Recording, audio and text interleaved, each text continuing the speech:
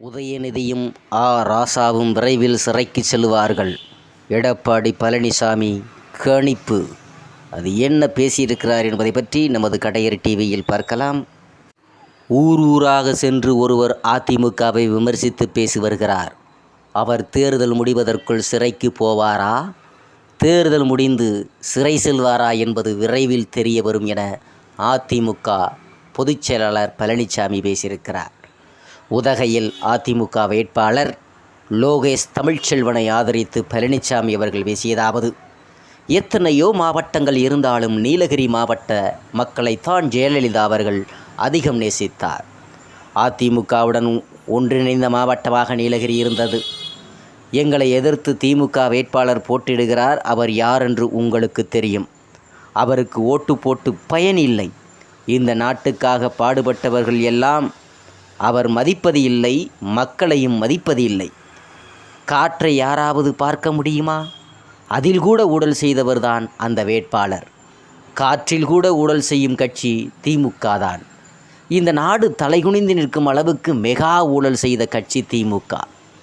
2Gயில் 1,76,000 கோடி ஊழல் செய்ததாக தீகார் சிறையில் திமுக வேட்பாளரை அடைத்தனர்.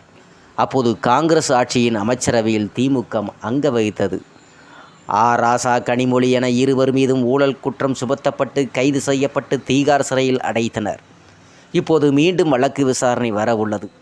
அவர் மீதான வழக்குகள் விசாரணைக்கு வரும்போது அவர் எங்கே இருப்பார் என்பது விரைவில் தெரியும். திமுகவை சேர்ந்த ஒவ்வொருவரும் சிறைக்கு போய் கொண்டிருக்கிறார்கள்.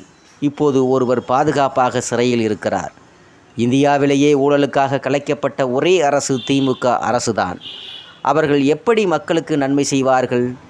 தமிழகத்தில் போதைப் பொருட்கள் இல்லாத இடமே இல்லை. இவர்களால் கட்டுப்படுத்தவே முடியவில்லை. காரணம், திமுகவினரே போதைப் பொருட்களை விற்கின்றனர். திமுகவின் அயலகணியைச் சேர்ந்த ஒருவர் பல்லாயிரம் கோடி மதிப்பிலான போதைப் பொருட்களை கடத்தியதாக கைது செய்யப்பட்டுள்ளார். ஊர் ஊராக சென்று ஒருவர் அதிமுகவை விமர்சித்து பேசி வருகிறார்.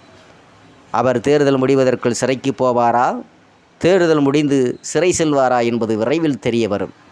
சாபர் ஜாதிக்குடன் முதல்வரும் உதயநிதியும் இருக்கும் படத்தை பொதுமக்கள் மத்தியில் காட்டியிருக்கிறார் எடப்பாடி பழனிசாமி அவர்கள்.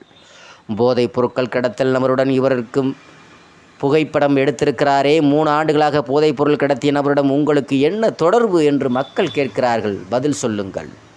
தேர்தல் பிரச்சாரத்தில் என்னென்ன திட்டங்களை கொண்டு வந்தோம் என்று சொன்னால் அது நல்ல அரசு என்று சொல்லலாம். சட்டியில் இருந்தால் தானே அகப்பையில் வரும். என்னை பற்றியும் கட்சியை பற்றியும் அவதூறாக பேசுவதைத்தான் வாடிக்கையாக வைத்திருக்கிறார்கள். திமுக ஆட்சிக்கு வந்த பிறகு எந்த பெரிய திட்டத்தையாவது ஸ்டாலின் கொண்டு வந்திருக்கிறாரா? ஒரு துரும்பை கூட நீலகிரியில் கிள்ளி போடவில்லை. ஜெயலலிதா அடிக்கடி வந்த மாவட்டம் என்பதனால் நீலகிரியை ஒதுக்கி வைத்திருக்கிறார்கள். பார்லிமெண்ட்டில் இவ்வளவு ஆண்டுகாலம் இருந்தார்களா? எந்த திட்டத்தையாவது நீலகிரிக்கு கொண்டு வந்தார்களா?